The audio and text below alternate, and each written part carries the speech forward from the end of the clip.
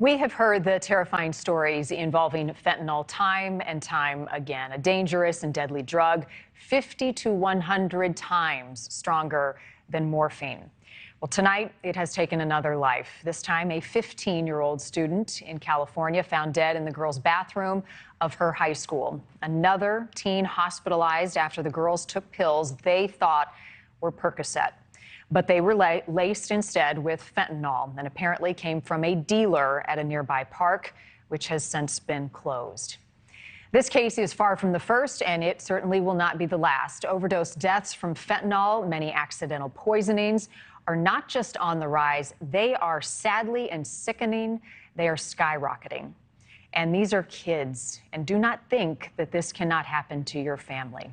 Just ask one South Dakota mother. Angela Kennecke lost her 21-year-old daughter, Emily, to fentanyl and overdose in May of 2018. At the time of Emily's death, Angela says there was enough fentanyl in her daughter's system to kill 6 people. Angela is currently an anchor with our NewsNation station in Sioux Falls, South Dakota, and she is my guest tonight. Angela, thank you for being with us. Thank you for having me. I spent a lot of time on your blog today reading your posts over the last 5 years about Emily, learning more about who she was, a gymnast, an artist, learning more about your journey through grief in these last few years. And there was a post that you shared in March. I think it was maybe your most recent one that stood out to me. And if you don't mind, I want to take a moment and share part of it with people at home as we talk about this.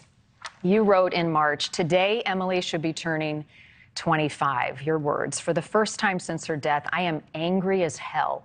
I've experienced many different emotions since Emily's death, but anger hasn't been one.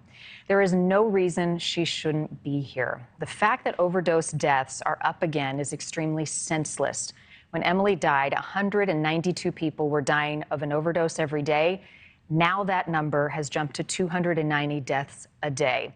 I am so furious about all of it.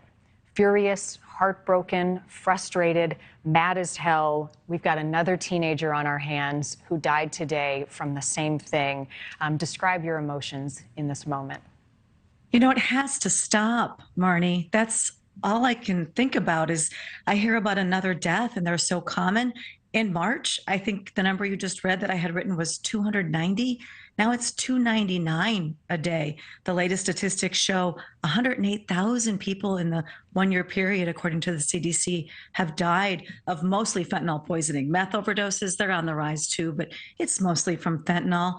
And it's senseless. There's no reason for it. So many of these kids, many people are addicted, and they're seeking out the drugs and they don't know what they're getting.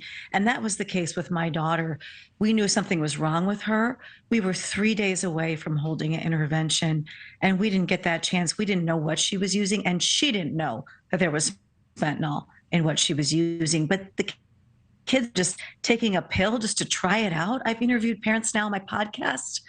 I mean, it just makes me ill. Just kids who've tried a pill one time, or maybe it was the second time they've ever tried one, are dying.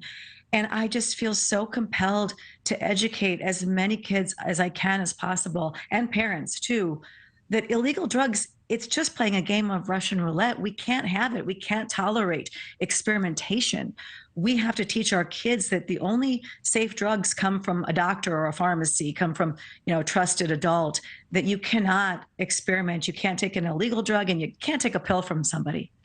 And Angela, we look at these numbers on the screen of how many deaths there have been, and the increase just keeps happening. You and I, as reporters, as journalists, we cover these stories. You lived it. Right.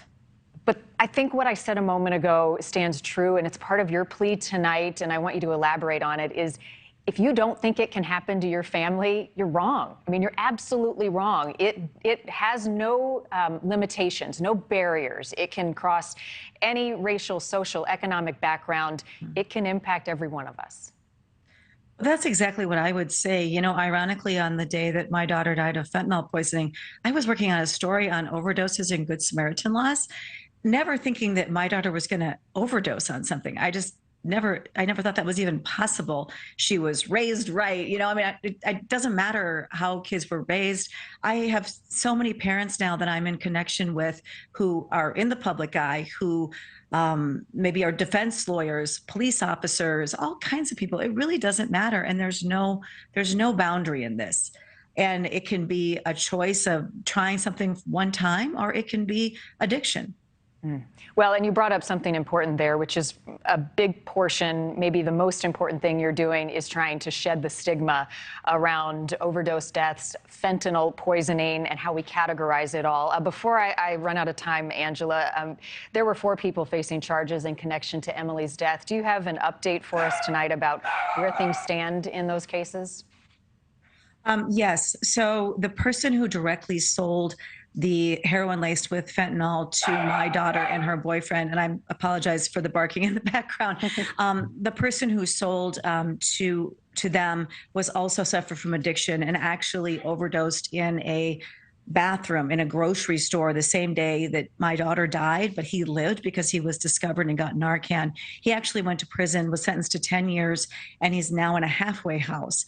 The other 2 men were bringing the drugs in from Chicago into my community. They didn't use their own product. In fact, in the trial, they showed lots of pictures of these guys with big wads of cash. They cared about the money. It was about greed. And one of those men got 20 years in prison and the other got life in federal prison. And that's unusual. As I talk to more and more parents, it's unusual that people actually get some sort of resolution in their case, that the dealer's arrested and then convicted.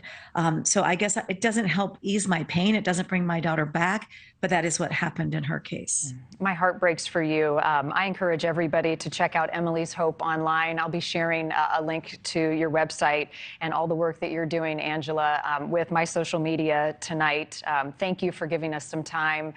Emily is a beautiful angel, and I loved reading about her today and hearing more about who she was and how you're carrying on her legacy. Thank you so much.